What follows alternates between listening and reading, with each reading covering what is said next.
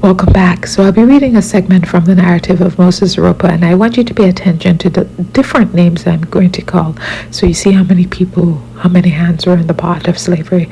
So my master took me home, and as he was going to send a load of cotton to Camden, about 40 miles distance, he sent me with the bales of cotton to be sold with it, where I was soon sold to a gentleman named Allen. But Mr. Allen soon exchanged me for a female slave to please his wife. The traders who bought me were named Cooper and Lindsay, who took me for sale but could not sell me, people objecting to my being rather white. Then they took me to the city of Fayetteville, North Carolina, where he swapped me for a boy that was blacker than me to Mr. Smith, who lived several miles off. I was with Mr. Smith nearly a year. I arrived at the first knowledge of my age when I lived with him.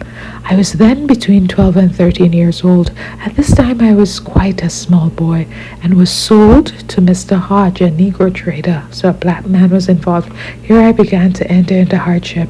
After traveling several hundred miles, Mr. Hodge sold me to a Mr. Gooch, the cotton planter, Cashaw County, South Carolina.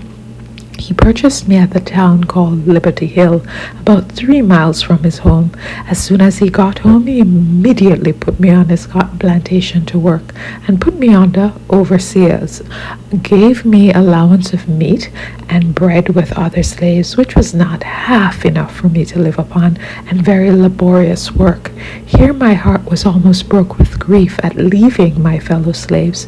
Mr. Gooch did not mind my grief, for he flogged me nearly every day and very severely. Mr. Gooch bought me for his son-in-law, Mr. Hammonds, about 5 miles from his residence.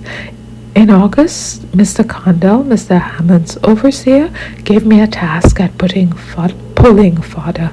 He threatened to flog me for not getting in the fodder before the rain came. This was the first time I attempted to run away, knowing that I should get a flogging. I was then between 13 or 14 years of age. I ran away to the woods half naked. I was caught by a slaveholder who put me in Lancaster jail. When they put slaves in jail, they advertise for their masters to own them. But if the master does not claim his slave in 6 months from the time of imprisonment, the slave is sold for all the fees. How many hands in the pot? Slavery was an economic system and not a private, isolated thing where a